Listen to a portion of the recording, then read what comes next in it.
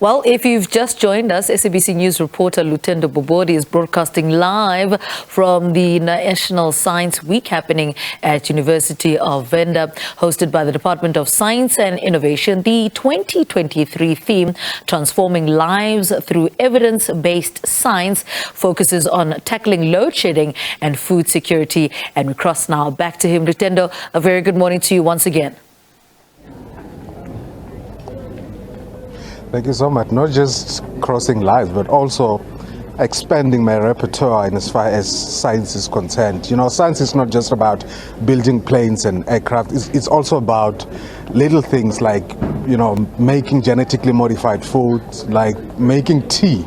That it involves science and something that can be quite complicated and needs a lot of learning. But for now, here I'm joined by the DG of the Department of Science and Innovation, Director General Phil Mjwaha. Thank you so much. As far as I know, you're the longest serving DG in government, right? In one department. Yes, yes. All right, thank you so much for your time. How can science improve the lives of people in a country like South Africa, where poverty is just the order of the day? Thank you very much for the opportunity. Before I respond to that, I'd like to emphasize why do we place emphasis on science.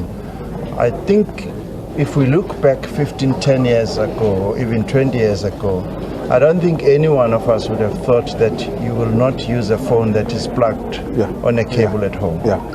I don't think any one of us would have thought that you won't drive a car that is filled with petrol.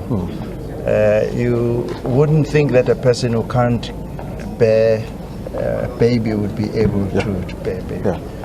Now, you could argue and say, so what's different now is that the pace of technological change and how it impacts society is at a pace that we have never imagined. And therefore, going forward, these things will continue to impact on all our lives. And therefore, investing in science, in our view, is important for the development of the country.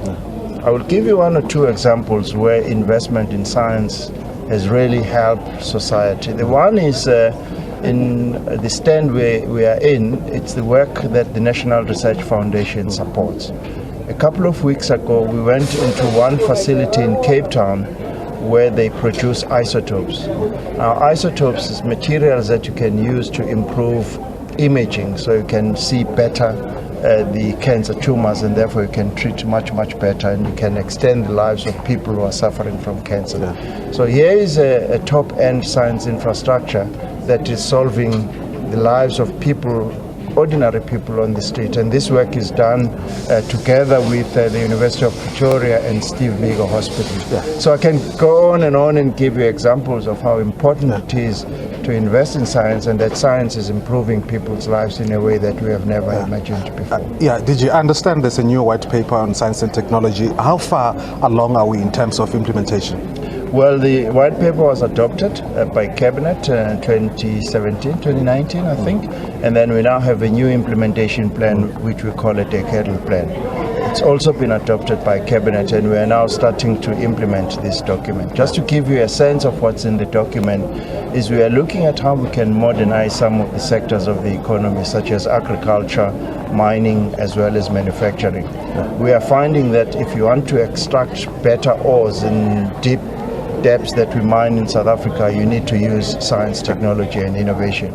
If you want to get better yields in agriculture, you have to use new tools in genetic engineering and genome. So these are some of the areas we've identified: work in vaccines, in the health innovation area, and some work to produce locally developed energy solutions. Okay, DG, you're standing here with Butu Chirengo. I understand a master's student in astronomy.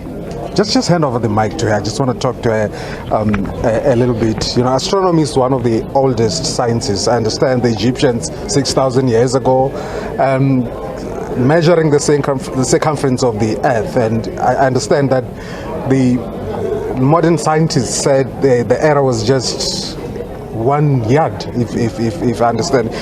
Just talk to us about that. What prompted you to go into astronomy?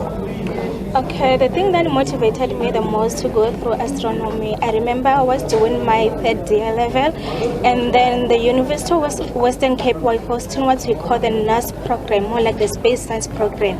That's where I learned more about the space, and then I was like, no, I want to know more what's happening in our universe. There is a lot that is happening. So I gained interest more, especially when we are studying the stars, the galaxies, the planets. Okay. And what can you say to young people who are basically interested in doing astronomy? As you can see, I'm still young. I'm doing my master's here at University of Venda. Some they can say it's in a rural-based area, but I can say it's possible. Young student or young learners out there. So doing science, like more in myself, more I'm focusing on the radio astronomy. So we use wave more like in our life, daily life, like the cell phone, like the radio. We listen to the stations. It's what we call the wave, the radio wave. So here in the radio astronomy, we use what we call the radio telescope. The one that we're using here is called the Meerkat, which is situated here in South Africa in the Northern Cape province. Okay. Thank you so much for your time. Well, thank you so much. That's Abutu Chirango, who's studying a master's in astronomy. I was speaking to her how smart she is and how quick she is in thinking. Ironically, her surname means delay.